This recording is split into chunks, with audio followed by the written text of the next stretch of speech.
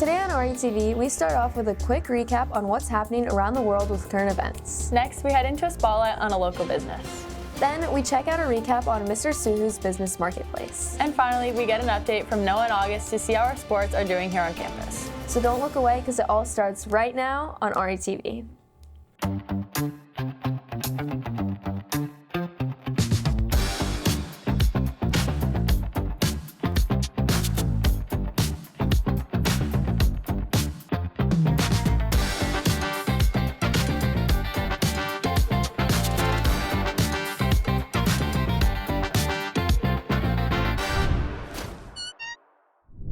Good morning, Seahawks. Today is Thursday, November 4th. I'm Sophia Smolich. And I'm Emma Donahue. Now that Thanksgiving break is over, it's time for the holiday season. Yeah, I don't care what anyone says, Christmas starts the day after Thanksgiving. And this winter, we're kicking off the season with our holiday edition Seahawk Marketplace on Friday, December 12th from 3:30 to 5:30 p.m. in the Quad. That's right, but before we get too far into this week's announcements, let's hand it over to current events.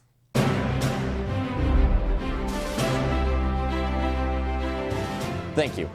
Morning Seahawks, this is Current Events with Ryan O'Sullivan. We start off this week with U.S.-Venezuela tensions escalating after President Trump and Secretary of War Pete Hegseth ordered strikes on suspected drug smugglers. These drone strikes primarily have been off the coast of Venezuela with the intention of continuing anti-cartel operations, but has rapidly developed into a geopolitical incident.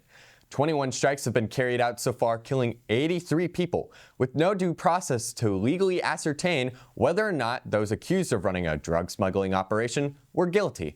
Secretary of War Pete Hegseth has come under fire as allegedly during one of the boat strikes, survivors were seen in the water when a second strike was ordered to eliminate those remaining. After roughly 22 weeks of this tension growing, over 15,000 troops are currently positioned to take action against the Venezuelan government, led by President Nicolas Maduro, who's called the American government's actions an attempt to overthrow his government and violate Venezuela's sovereignty.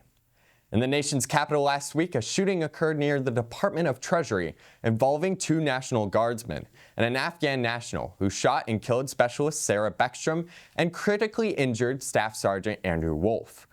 While the motive still isn't clear, authorities suspect the Afghani man was distraught after being brought to the United States by the CIA thanks to his help during the War on Terror in the Zero Unit.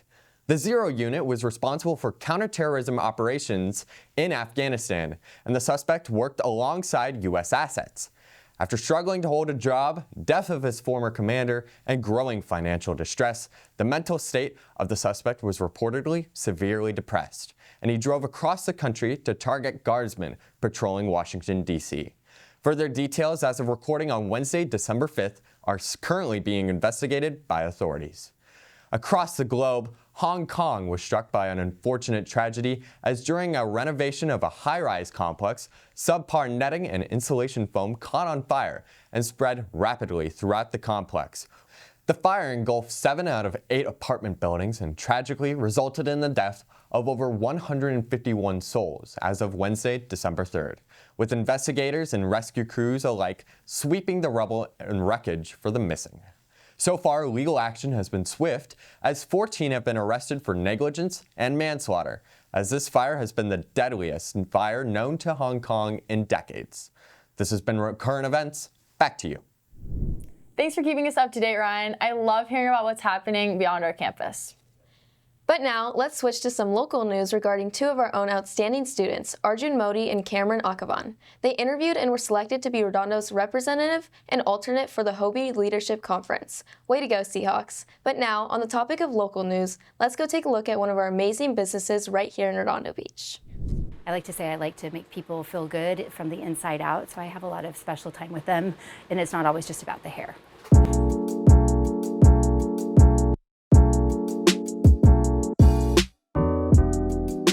I think definitely stay on top of getting it trimmed. I like to say hair is like an expensive piece of fabric, so you want to treat it just like that. But I was a ballerina from 12 to 16. I went pro my senior year in high school, and I ended up doing more TV film work. That was just what was more available in Los Angeles. I tried to retire, but the business wanted to keep me there, so I started doing stunt work. Well, I was a high fall specialist, so I trained almost 100 feet, and I also did water. So I think on film, the craziest thing I did was a 40-foot fall into airbags off of scaffolding.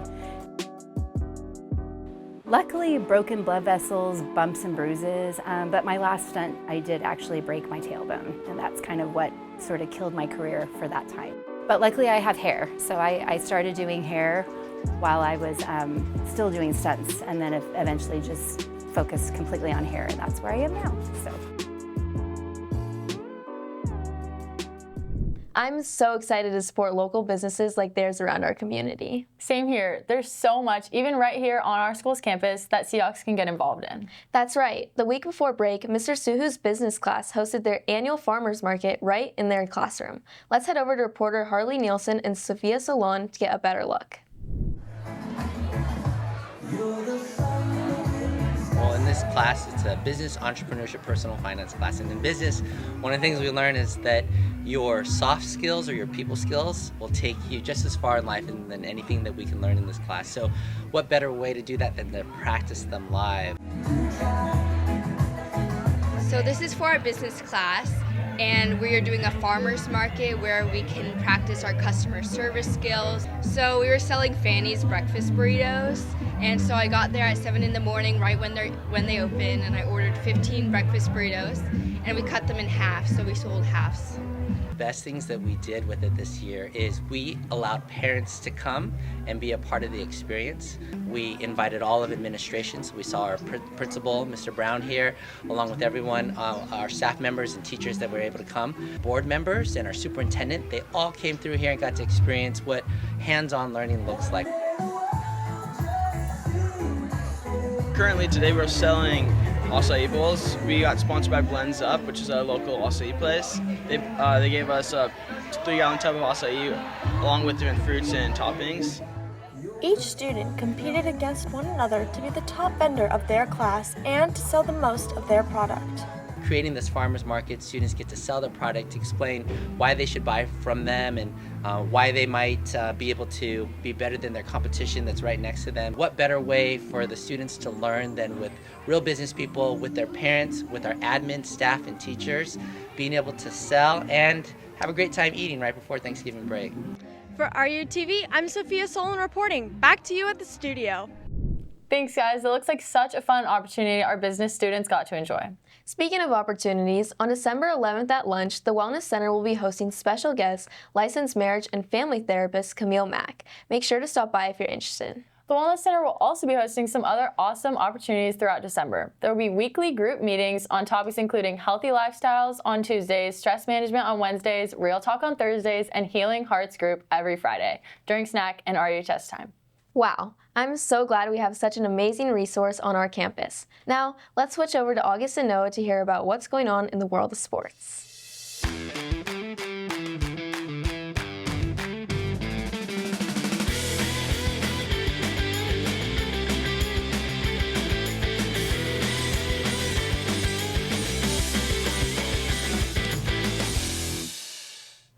Welcome back from break to RUTV Sports. I'm August Haynes. And I'm Noah Vogt. Let's see what's up with our athletes.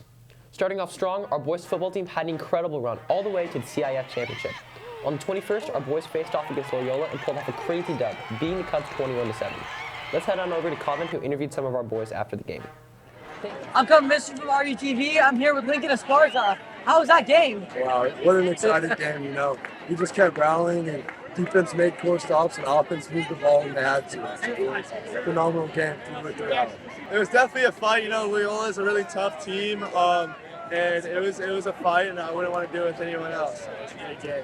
You've had a ridiculously incredible playoff run. What does it mean for you to continue with it?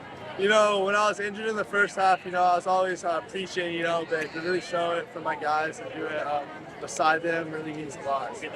You know, we just play as one, and that's all we need to do to win. So, yeah, that's what we're going to do. Congrats, and good luck in the next one. Thank you. I appreciate it. From RUTV, I'm Coven Mister reporting. Thanks, Kevin. This away victory with our squad being the underdog and winning in that style was just like unlike anything I've ever seen before. The boys then faced off against the undefeated Rio Honda squad in the CIF Division 5 Championship and unfortunately fell short, losing 29-7. You know, Noah, it really was just insane how this was our first time making the championship in over 80 years, and we sit here and get to talk about it. Yeah, August, it really was just amazing. A notable play from the big game was from Bo Osmus with a 98-yard touchdown run. Just great job, boys, on an absolutely legendary season. Speaking of legendary seasons, the boys cross-country team made school history this past weekend. Beginning the weekend before break, our boys placed 5th at CIF Southern Section Finals, qualifying themselves for the state meet last weekend. The boys put on an unbelievable performance in Fresno, placing 1st in the Division I state final. For the first time in school history, our cross-country team won the title and ran the 6th fastest time in state meet history. Out of all divisions, they got 2nd and got the automatic qualifier spot at the Nike Cross Country Nationals in Portland, Oregon. The top 22 teams in the country go, so good luck. Switching gears onto wrestling, before break on Thursday, our boys and girls went over to Banning, winning both their duels against the Pilots. The varsity boys that Saturday, they went to Santa Monica for the Battle of the Bay tournament. Our team placed 11th, with Dylan Brown placing 1st, Christian Walker placing 2nd, and Bradley Pulvers placing 3rd. On the same day, our 2nd varsity squad went over to Capistrano High School, placing 2nd out of 22 teams. Our boys killed it, with Nate Boris placing 1st, Arlie Cuevas placing 2nd, Emilio Queta placing 3rd.